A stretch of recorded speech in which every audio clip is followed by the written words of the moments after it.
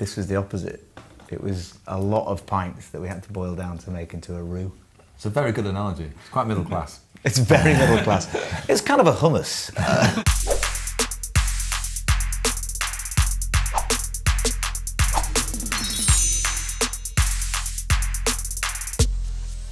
Hello, I'm Andrew Trendle, you're watching NME, and we are here with Kaiser Chiefs. Hello, Andrew. How you doing? Yeah, not bad, how are you? Yeah, Down from sunny Leeds, not you. No, I've come down from North London to South London.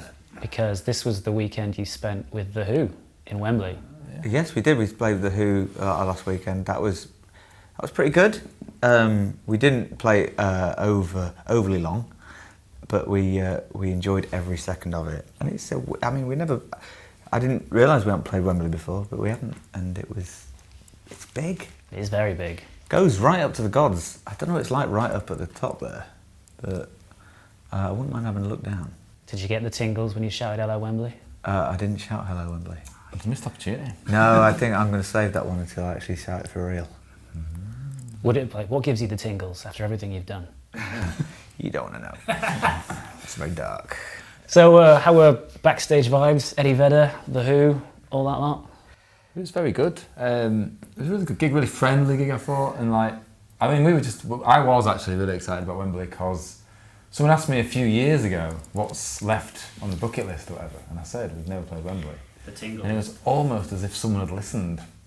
And so then we did Wembley, and when we were just about to go out, I was like, this is a proper good moment. That's good. Backstage, did anything exciting happen? I was asleep most of the day. Oh, Ricky was ill. I was a bit ill. He's been a soldier.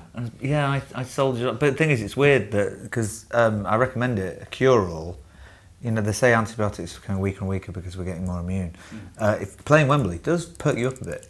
It makes you forget that you're ill. So I recommend that. If ever you're feeling a bit down, just play Wembley. Sorts you out. Yeah, I've been recommending ginger ale and a roast chicken. That works too. Yeah, but if you can't get hold of that, play Wembley. A great opportunity to launch new record, Duck. Yeah, and any chance we're getting at the moment, I'm feeling strong about advertising it, which is weird. It's the first time I think any of us in the band have felt so gung-ho, and it's noticeable on the socials, as I think they're called in the industry, how everyone in the band is really going for it about the fact that we've got this record out and saying we've got a record out and really, I can't swear, can I? Yeah, it's the NME. Flipping, really flipping pumped about it. So everyone's going for it, and we, I took about a minute out of our stage time to explain to the audience we had a new album out, and if they wanted to download it, I'd give them a walkthrough about where to click. Or stream. Or pre-order. It's out on July 26th. I'm really prepped for this. Do you have a bundle on sale, Ricky? There's many bundles. Many bundles, yeah. Cassette and CD and vinyl. I've bought them all. T-shirt and cassette, whatever you want. I've bought them all just to check they worked and sent them to different people. So if you're lucky and you're out there and I have your address, then expect something on July 26th. And we bumped into each other. Well, I say bumped into each other. We very formally had a conversation that was filmed. It was on camera. That's all my conversation. On the media run of the red carpet at the Ivor Novello's 2019. Yes, totally casual. And you said that this record felt undeniably Kaiser Chiefs. And you kind of, I don't know if you said inspired by the first few records. You mean it had the energy of the first few records? Yeah. Or was it a mood? It was weird because you do say a lot of things when you're cornered like that. And I hadn't cornered him. No, it wasn't a corner. It was kind of a stretch of carpet. It's hard to carpet around corners. You need a specialist for that. But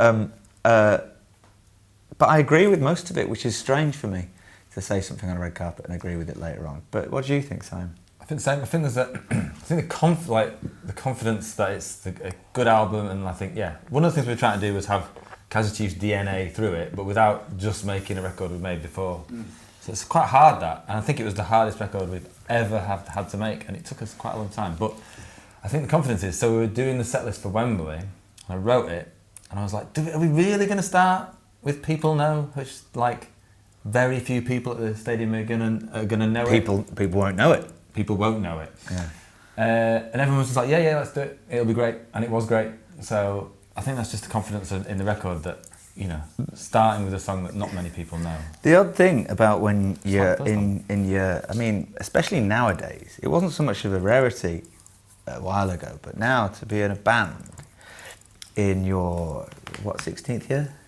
Something like that. Something like that. It's really astonishing to try to make an album, and you see a lot of people in our same situation aiming it at the people they know will buy it. And we've done a lot of different albums over the last 15 years, where we've tried different things. On this one, we didn't really try anything. We didn't think to ourselves, let's try and crack a new market, because we were just making it for ourselves, and we didn't think to ourselves, let's just play it for the people that we already know will buy it, because we were just making it for ourselves. And then it transpired that we did something that was bigger than we thought it was going to be, and it was good. It's on a major label, which is a new experience, a new old experience for us. So it's a renewed experience, where we suddenly realised about halfway through that they're in the business of doing business, and they're not doing this as a favour. They're doing this because they want to sell records. Yeah. Because they want to hang out. Did you? Is it like cigar chomping fat cat at the back of the studio? Like? Yeah, of course, of course. Of course, there's a fat cat. No, they're skinny nowadays. Very expensive trainers. And they'll vape. And a vape. Very expensive trainers are very important in the record the industry. cleaner the trainers, the higher up they are. And it was good, and I didn't see us as some kind of like weird. We're not like some kind of starched flag, just still flying, even though the wind's not blowing. There seemed to be like a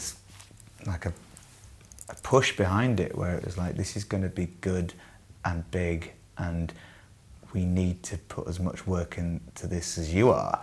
And they could see we were working on it, and they heard music, and they signed us on the basis of that. And they went, you know, you're doing something that's special. The other thing you said when I pinned you up against the wall and forced you to speak at the Ivan Novellas was... There was a red carpet in between me and the wall, but what did I say? You said that you said you feel like a puppy again.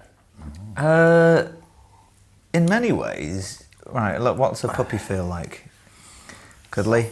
Though, isn't it? I think new. I think with this album, it's like, I feel excited because I'd do a set of just songs from this record, and I think it'd be great. Like when I said before, we started with People Know How to Love One Another at Wembley. Well, the thing is, like, years ago, we'd be starting at like the New Camp with U2, and we'd be playing a whole set of songs that no one had heard I've Did Right, no one had heard Oh My God or whatever. So it's like, why would it be unusual to do that, you know? And I think with this album, it's the first album for a bit, where I would be totally confident just do a set of this album, and I think everyone would be like, that was great, and go home happy. Although, which is weird, and I'm not dissing anyone that does it, but in a world where people are going out on tour of like, it's the 7th anniversary of the bringing out of their first record. 15 years for employment next year, just putting that out there. Is it really? I don't want to do it. Stop planning that bundle now. I don't want to do it. I'd rather do It's Been a Year of Duck, you know, because... 1 year since Duck, doing it in full. No, but I'd rather do that. I think it'd be more fun for us and the audience, because I think we're one of those bands where if we're having a good time, everyone else has a good time. And also, I was thinking about employment, and is it that good? I mean, is it good? I mean, I think it's good, but it's very... we were lucky, and it was over time. It's like that kind of Metallica, some kind of monster therapy session kick. No, but you know what I mean, though? I mean, I think it's... I actually listened to them, because we re-released them on vinyl recently, which are available in good record shops. If you can find a record shop. Find a record shop. So I listened to both Employment and Yours Truly Angry Mob. Yeah. Employment was slightly worse than I remembered it, and Yours Truly was slightly better than I remembered it. Really? Yeah. Okay. But the thing is... There you go. That's the reviews. Sorted. There you go. I'm not going to add it to that. Because it's a weird thing, because, you know, it's my mum was trying to... I took my mum to the Who, and we went home, and she was trying to show me pictures that she'd taken on a crap camera phone, and I was like, you don't have to show me pictures. I was there, right? And in some respects, there's a lot of things that we were there at, so we don't really need the memorabilia, and we kind of move on a bit. And one day it'd be nice to sit at the end of the bar, all pissed up, telling people how shit the music industry is. But for the moment, we're having a good time. You know what I mean? It's like it's still happening, and we're on the verge of something potentially fantastic. And we've got a new record deal, which is astonishing. I suppose probably most astonishing to the viewers of this. They're still letting us do it. I think with this album as well, one of the biggest differences I think this album with any other album is like Employment. We'd written those songs, we went and recorded them, and then they came out, and that was it. You know. Whereas this album, we wrote it, and then there was a bit more back and forth. We wrote it, and then like the record company or management or in between ourselves or Ben who was producing would be like, right, that's not good enough. Right, you should just focus on writing your verse or whatever. A lot of that stuff. And even then, after we'd finished recording them, when Andrew Wells, right, is his name. So a couple of songs, Record Collection and The Only One and another one. People know, right? Yeah. Sent it to someone for some additional production to sort of like. That must be be Kaiser Chiefs it because we sent it to him because he was like he really liked our band. He was really keen to get involved, but just sort of someone with new ideas of how Kaiser Chiefs could sound in 2019. That must have been a really big weight off your shoulders, because usually you were the person always coming to me saying, let's make this better. Yeah. And I'd always be the one saying, it's done. I've got no more. But then sometimes you need someone holding some purse strings to say, try a bit harder. And you kick and you scream and then you try a bit harder, and then you go, I should have tried a bit harder, because it's way better now than I ever thought it could be. Because like people know how to love one another, which I think it's like a really good song to talk about for representing the album, because like we wrote it in like I don't know February 2018, but then it was the last thing we recorded it, and then I did a bit more on it, and actually it was the last thing that we finished in March or April. Yeah. This year. It was weird because it had like 3 different sets of verses and 3 different sets of lyrics, but every one of them meant the same thing. It just had to be boiled down like a roux. Is that what you call like a sauce? Yeah, the French. Yeah. Like gravy. I'm thinking the It opposite. it had to be boiled like a gravy. Yeah. Whereas sometimes making an album is a bit like you have a cordial and you add water to make it a pint. Yeah. This was the opposite. It was a lot of pints that we had to boil down to make into a roux. It's a very good analogy. It's quite middle class. It's very middle class. It's kind of a hummus. It was refreshing to hear what you said about the whole anniversary nostalgia tour. So you just feel like you won't be looking back until you don't have anything to look forward to. No, never like to say never, because we'll end up doing it and then someone will call us on it. But we always felt like it wasn't the right time. So like when Employment was 10 years old, which is now 4 years ago, it just felt like, well, why would we do that? Maybe when it's 25 years old, we'll feel like it, but don't know really. It just feels like to keep doing new stuff. Doesn't it really. peter out though? Doesn't end on a bang, does it?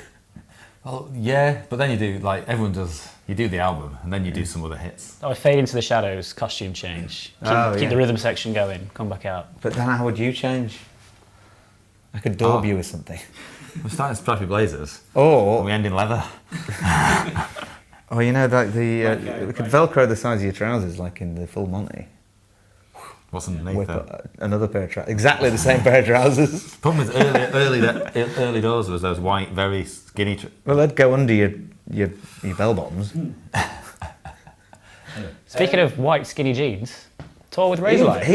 He invented that. That was you. You were there before. Johnny B, if you're watching, I've got pictures of him at least 12 months before Johnny Burrell did doing skinny white jeans, white shirt, white cravat as well. How's the look? Live 8, that's what you wore. Where'd you buy a cravat? That's a good question. He hasn't made. He's got a cravat man in Soho. I think bearing in mind it was 2005, I probably got it free. Yeah, yeah. There's an area. Wear this, yes. I tell you what, if you look at photographs of us with a timeline, you can see where we start getting free clothes, because we start looking ridiculous. These are all paid for. Yeah, well, on tick, Yeah. Very expensive jeans. I've got a mortgage on them. Yeah, you can see, because we start looking all very different, a lot less like a gang, and a lot more where it just, I mean, trainers that I would never buy, just because they were massive. And you did get those ones the other day. Which ones? They look like cheese. They've got a big tick. Oh yeah, but they're really comfy. They're good for my, I don't know, I'm trying to think of something that's wrong with my feet, but nothing is, they're perfect. Total with Razorlight. Plantar fasciitis. They're good for my plantar fasciitis. That's something that you get wrong with your feet. Sorry. Razorlight. Yeah, we thought I don't know. It was an idea that someone had, and we thought it would be good. It looks good on the poster. I haven't seen the lads in year. Can't wait to catch up with Andy and Carl. And We actually did some gigs with them before in Australia. Yeah. Yeah. And they were good.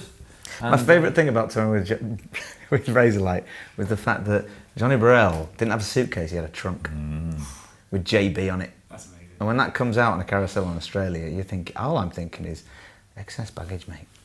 It's going to cost you a fortune. You weren't flying EasyJet though, were you? No, we were flying JB Airlines. I don't know. I can just remember having a trunk and finding it hilarious. He was living the dream. So many of us didn't live the dream when we could have lived the dream. And he did live the dream. Was he riding his motorcycle backstage? It was riding him. No, I can't wait. I can't wait for the tour. We're doing the arena tour in, when is it? January, February. And that's going to be good. And it's going to be great having them there because they have got some big songs. And yourselves going to be Hit Parade, huge production, pyro? Hit Parade's a good name for a best of, isn't it? Yeah. Hit Parade. You can have that. I'll give you that. Thanks. Yeah, it'll be good. I think we'll do hopefully we'll do lots and lots of songs off Duck, plus lots and lots of hits. Hopefully it'll be... Yeah. And that thing that Whitey sent the other day. Oh, we can't have that. What's that? Thai... What was it? A Taiwanese rocket. Taiwanese rocket. It's like a Catherine wheel, but it goes vertically. Oh! It's terrifying. Is it like on a maypole? Yeah. No, just a wheel. Circle. Massive wheel. Makes a lot of smoke. God, it was crazy. Look on YouTube, Yeah. kids. Well, how can they look at it? We don't know what it's called. It's called Thai...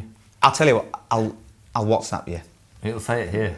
There'll be we'll find an emoji for it. It'll be fine.